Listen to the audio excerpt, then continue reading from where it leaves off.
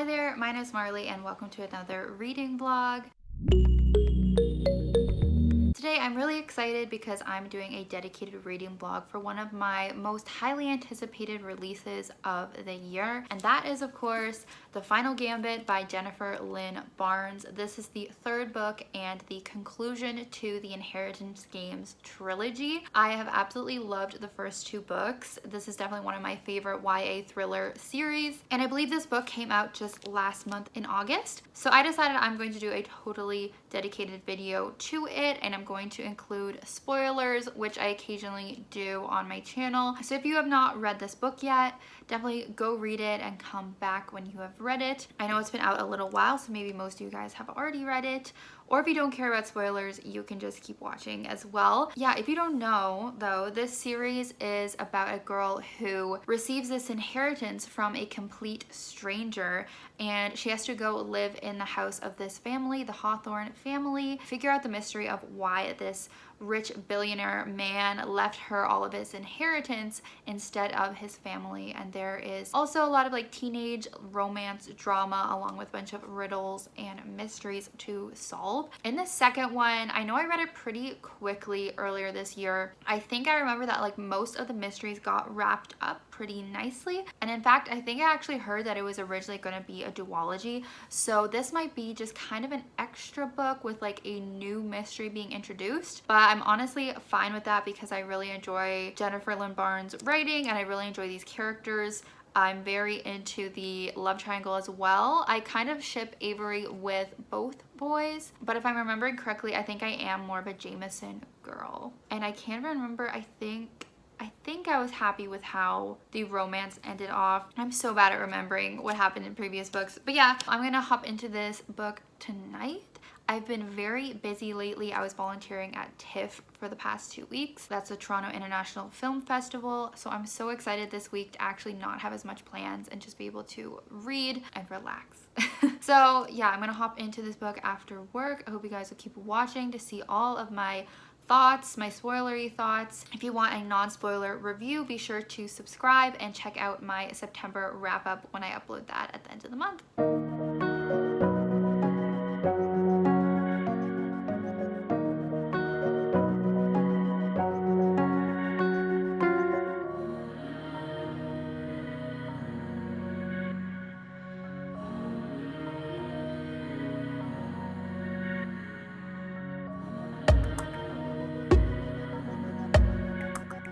All right, I'm like 50 pages into The Final Gambit. I thought I would update even though I don't really feel like I have a ton to say. I do feel like I'm having a lot of things like refreshed of reveals we got in the second book. As I kind of said in the intro, I was forgetting some of the stuff that happened in the second book. That always happens for me with series. I see why most people will like reread previous books before they start new books in the series. I should probably do that, but I don't. I just always rely on like the exposition at the beginning to remind us. So yeah, I'm remembering like all of the reveals that we had got, like Avery's heritage, and then the reveal of Toby Hawthorne, who is like the Hawthorne boy's uncle, and he has an actual daughter named Eve who has sort of entered the picture. And of course she looks just like Emily, which the Hawthorne brothers, two of them were in love with Emily, so that is bringing up some stuff. Is giving me like Catherine Elena vibes. The most interesting thing about that is that Grayson seems to be the one most affected by Eve coming into the picture and looking like Emily. I ship Avery with Jameson, as I think I said, and they are together, which makes me really happy. And I kind of have mixed feelings about Eve coming in and I think being a love interest for Grayson, because I do ship Avery more with Jameson, so the fact that Grayson's getting another love interest is like, okay, they're probably not gonna end up together. But at the same time, I like the idea of both boys loving Avery, and I feel similar to Avery right now. She's feeling some jealousy towards Eve, and so I kind of feel that towards her too, like some resentment, I guess, just like this new girl coming in. And then there's this whole mystery of the, what are they calling it? Oh, a disc. There's some disc that Toby said was very valuable, and so they're trying to figure out what this disc is.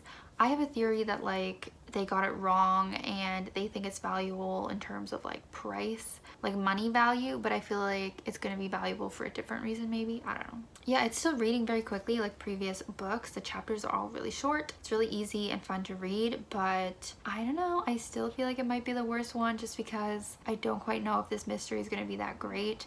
Oh, the reason Eve showed up is also because Toby was kidnapped. So that's the main thing, is trying to, I guess, get Toby back and figure out who kidnapped him and why. Because he set that fire that like killed multiple people back in the day, giving me, I was gonna say spoiler for another thriller book, whatever, giving me vibes of like other YA thrillers that I've read that have had similar things happen with like a fire. Obviously those families are like suspects of who would want to go after Toby, but because he faked his death, not many people even know he's still alive. So anyways, I don't know. I'm kind of just here for the characters who I like, and I really enjoy any scenes with Avery and Jameson. I like Xander as a character individually. That's it for now. That's kind of all that's going on right now.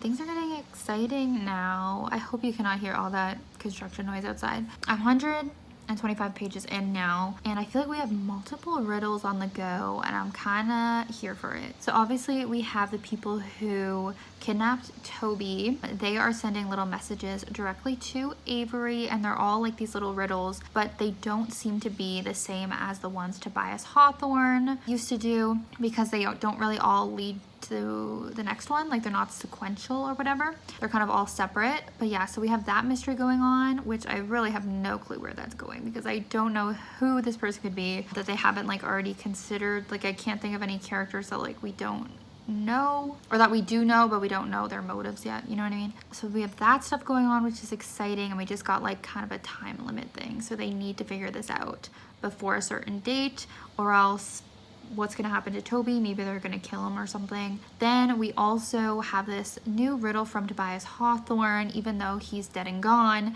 he left something for Avery for when she met Eve, because he apparently knew Eve existed, his long lost granddaughter, which is kind of weird because you'd think he would have chosen Eve to be his like successor, but he chose Avery. But yeah, he left her a package with all these objects, so she is trying to figure that one out as well. So it's kind of neat having both of these riddles going on. It's good to have new mysteries to try and figure out. So yeah, it's pretty enjoyable.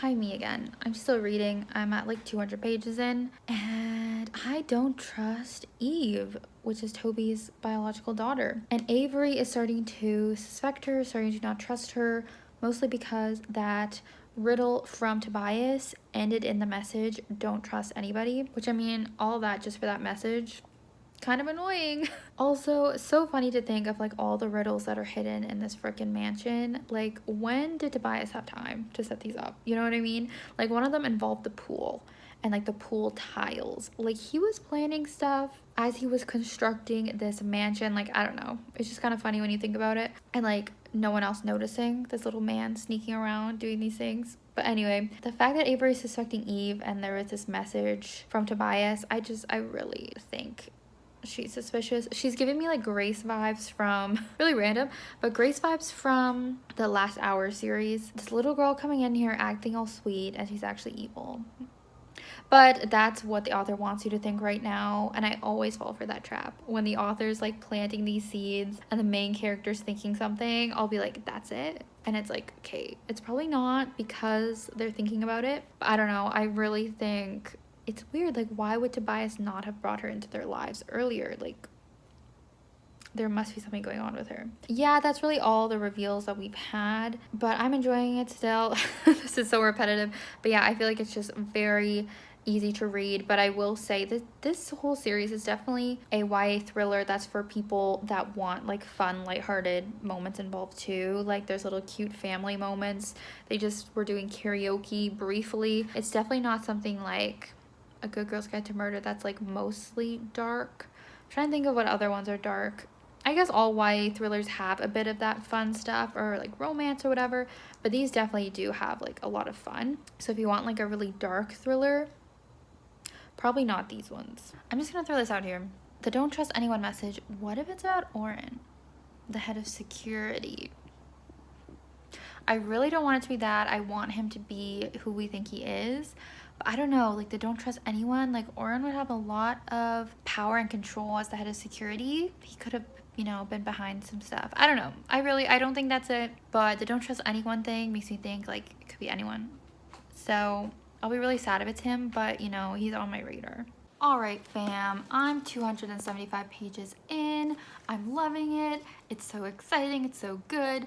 I do feel like because this mystery just keeps getting things added to it each book, it's getting kind of confusing, kind of convoluted in a way that a series like A Good Girl's Guide to Murder didn't have, because it was kind of like a new mystery each book. But because this one just keeps having things added, like it's kind of a lot. But we got a bunch of reveals and it's all very exciting, and we just have like a little bit left to unpack. But basically we found out that Tobias had like screwed over this guy named Vincent Blake back in the day, kind of when he was getting his startup with like oil or whatever. That's how he made his money. But this guy wasn't like that mad about it. He kind of like respected him for doing that and like being a good businessman, I guess. But we're having these metaphors and these hints about the prodigal son story from the Bible, which I always love Bible things being involved. I feel like it's kind of fun.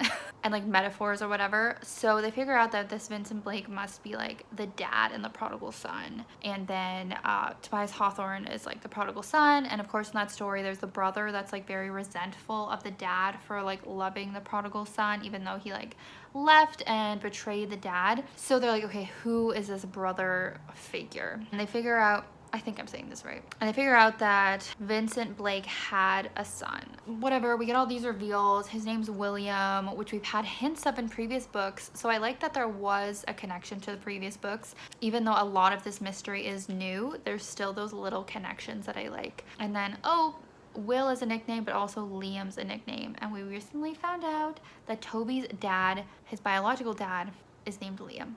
So not only is Toby technically a Hawthorne because he was adopted by the Hawthorne family, he's also a Blake, which is like another rich family. The drama. So that means that Eve, as Toby's daughter, is like the granddaughter of the Blakes. So that makes her even more suspicious and basically confirms that like she's probably in on it and like working with the Blake family who's kidnapped Toby. And then of course Avery confronts her, and that basically is confirmed. So yeah, Eve was evil. Evil Eve, we figured that. Yeah, she just pulled a gun on Avery. I just read the part in the chapel where Avery finds where they assume Liam's remains used to be. Because that's the whole thing, is like, where's William slash Liam? What happened to him after he had sex with Toby's mom and like got her pregnant? So it seems like he died, but that's what we still don't know, is like how he died. But I assume like Tobias maybe killed him. I don't know. Or maybe one of the other kids, and Tobias like helped cover it up. That's what we need to find out. But his remains are gone. Toby found it sometime in the past. And so we have one final kind of thing with these USB drives that Tobias left for Avery. They're gonna have to like, I guess, put the two USB drives together, and we'll find out some message that I guess will be like the big ultimate reveal of like all the details of what happened with this absolute mess from the past. I got very scared for a second because Eve was really wrapping Grayson around her finger. Again, it reminded me of Grace and James from Cassandra Clare's series, The Last Hours, which I mentioned before. But luckily, Grayson did not get totally brainwashed by her. I was really scared there. I'm kind of scared that Avery might actually end up with Grayson. I know at the beginning I was like, oh, he has a love interest, so him and Avery will probably not end up together, and I was happy. But I'm kind of scared because now she's like letting her feelings back in about him, and that better not be a thing. Like her and Jameson are perfect, so I'm getting a little nervous. Anyways, basically this last section of the book has been really good. I wasn't like totally convinced in the beginning, but this is really good. It's gonna be a 4 or 5 depending on how the rest of it goes. Literally just gonna finish it now if I can finish it before my boyfriend comes home and we have to make dinner. I think I have like 100 pages left though, so I probably will not finish it. But I think I might finish it tonight because I don't want to stop reading. Also so happy to have my first day of not leaving the house in 2 weeks, so I can just relax. I think we're gonna put up fall decorations tonight. I think the first day of fall is like the 22nd of September. I'm not really sure, which is in a couple days, but I kind of want to put the fall stuff up tonight, so we'll see.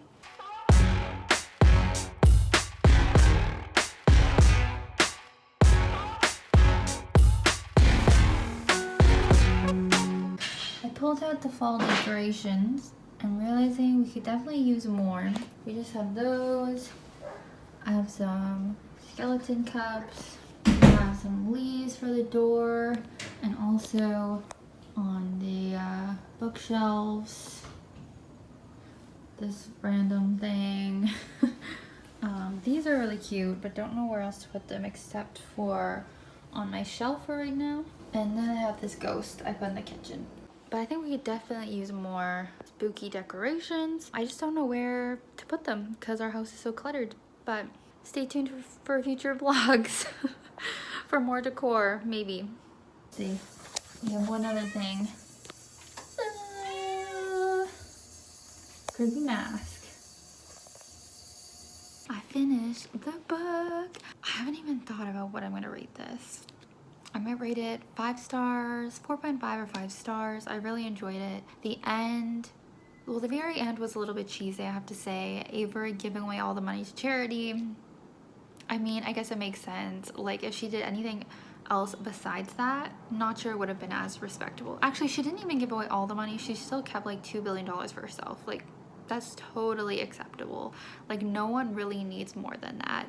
That's what this book kind of says, right? Is that at some point it's not even about the money, it's about just having power, which no one really needs. So that was cheesy, but also like really the only thing that could happen. Everything ends very nicely for all the characters. It's really beautiful. I was tearing up because I love these people. I love this family. And I also liked that it all came down to a game of chess. There's been such a big theme, obviously, with this series and chess, with these characters being so like smart and good at figuring things out, that it just made sense for like kind of the final battle, the final gambit, to be with chess, Avery facing Blake. Again, that whole sequence was like a little bit cheesy, but I think it was good and it made sense. I feel bad for Toby being stuck as like Toby Blake, but I guess that just kind of showed like not everything exactly worked out perfectly. But yeah, I feel very good about this book. I feel very satisfied with it as a trilogy. I feel like it's just a really fun YA thriller series. Still one of my favorites. Not too dark, as I said before, but still has a lot of mysteries and still does have some dark stuff and some murder. So very good book. Let me know your thoughts if you have completed the book. I think that's gonna be the end of this vlog. Not sure how great it was, but thank you guys for watching if you made it this far, and I'll see you guys in my next video. Bye.